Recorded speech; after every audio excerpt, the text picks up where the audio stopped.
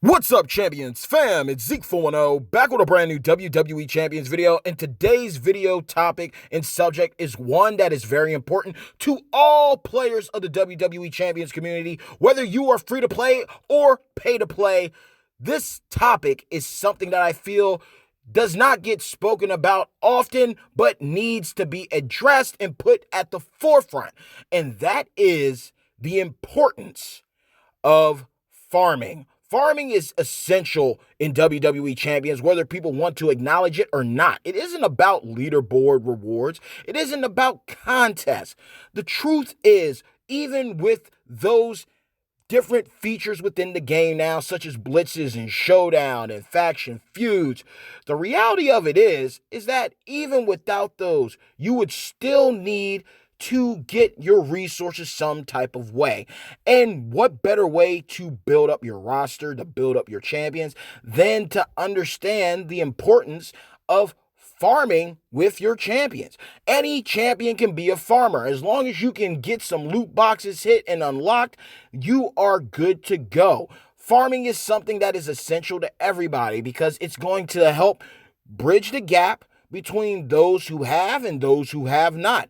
That is something that a lot of players don't seem to understand. You don't have to spend your disposable income on every single in-store offer that comes in the Champions. A lot of things that are given a price tag are things that are already immediately available to you absolutely free. Now, granted that the RNG within the game is, a little hit and miss. The point is a lot of times when you do get those loot boxes and you get 3 of them, you're going to be walking away with something very solid. You're going to be walking away with some coins to level up your champions. You're going to be walking away with some colored TP to level up your champions' moves and builds. You're going to be walking away with those different rarities of tokens to enhance them to the next tier. So farming is very, very essential. Now, there's a couple of things that I will have to admit to you. Number one, farming takes the right state of mind. You can't be going in gung-ho when it comes to farming. I myself have said in previous videos that I like to farm between 100 to 300 color TP per day. Now, whether I get 300 per day, no, that's not always going to be the case. But along the way, when I'm going for those different color assortments of TP, I'm getting those different class tokens. I'm getting those victory bags that have miscellaneous resources that are going to benefit me as a player as well as my roster. I'm walking away with those coins. I'm walking away with those TP drops, whether 1 to 5 or even 10, depending on the difficulty and level of the node that I choose to farm for the day. The point is that when you have the right state of mind and realize, look, I might not get what I want, but by farming, I'm getting what I need. And on top of that, it's something that's going to be helping you out in a grand scheme of things because you're always going to be walking away with things that are going to benefit you and your faction in the long run. Because number 2, by farming, this is going to help you get accustomed to those real heavy grind times when it comes to champions, from doing your blitzes, from doing faction feuds, from doing your showdown tournaments. You are able to become accustomed to that grind by grinding out something that is benefiting you already. Now you just take it from this is for me to this is for my family. This is for my team mindset, and you are good to go. Number 3, patience is a virtue. Laying out what you need before you even start farming is going to allow you to get further ahead. It doesn't matter if you're running a tag team that's 2 stars, 3 stars, or 4 stars, has a show MP link or any type of link.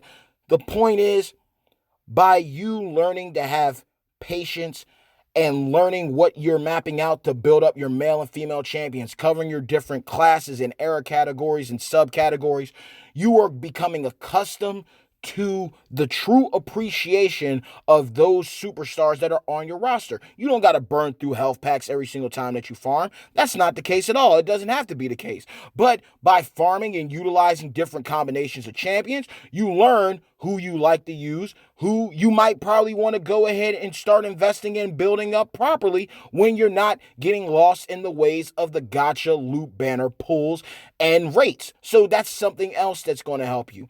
Number 4, this is something else that's going to benefit you from farming as well. Number 4, this allows you to truly capitalize on MLC month-long contest prize walls, because by farming between, 1-star to 3-star tokens from the road as well as your limited time class tours, by farming up your coins outside of Dead Man's Dailies, by farming up your different class assorted TP to build up your champion's move sets and builds, you're going to be able to open up an opportunity to cash in on those prize wall rewards and resources for certain things that that you wouldn't have been able to get beforehand. And that means that you're going to be able to capitalize and take your roster to the next level, especially if you're free to play. So for instance, I've realized this after doing some math. Had I not gone all in on the Hall of Fame MLC Queen of the Ring solo contest, yes, I got blessed with some mad 5-star silver tokens to take up other classes, but I didn't get the skulls that I wanted for Rated R Superstar Edge. Had I held on to all of my ingots until the very end of that MLC, I would have been able to not only get the skulls for Edge, but also the Luchador mask for an Acrobat to take up for 4-star gold between X-Pac or Ricochet. So I live and I learn, and that's something that y'all all need to understand. Farming puts you in the proper mindset, the mindset to do those heavy grinds when it comes to the weekend or even the weekly content. Having patience to learn that, not all drop rates are going to be great, but in the end, you're going to be able to capitalize because you're learning how to become versatile with your champions, your trainer builds. You get to see, the overall projection of where your roster can be. That's going to benefit you. It's also going to help you out with saving some disposable income, depending on what your financial situation is. It's also going to allow you to capitalize on certain things that you wouldn't have been able to do beforehand because you're covering everything. I might have said, 1, 2, 3, 4, and they might be out of order, but the point is I've covered what I needed. If you have any questions about farming, if you need any help, then by all means, feel free to reach out to me. I'm going to leave in the link below, in the description below, a link to the farming TP locations to help y'all out. Again, that's easy to hit up. Those are places that I get tokens, my coins, my TP, and they're all on hard mode for the early variants of the road tours. So it means it's going to be pretty easy for you to clear out if you have a solid show link or you got a solid MP link or, very quick champions. It's going to help benefit you. Another solid place to always farm are the MLC limited time tours when they're up and available. The drop rates are crazy for those, so definitely capitalize wherever you can. Your daily class tours and Dead Man's Dailies are also solid places to farm. Just get into the mode of farming. It's going to take you a lot further. It's going to save you money. It's going to allow you to appreciate your different champions, and expect a video coming up soon to help all of you free-to-play players out on champions to use who are absolutely free-to-play to get and you wouldn't expect to be top-tier, top-quality farmers. So I hope this video helps you out. I just wanted to stop through. Shout out to my girl, Gem, for hooking me up with this badass logo representing Phoenix Rises. And until next time, y'all, I hope you all have a lovely day. Peace!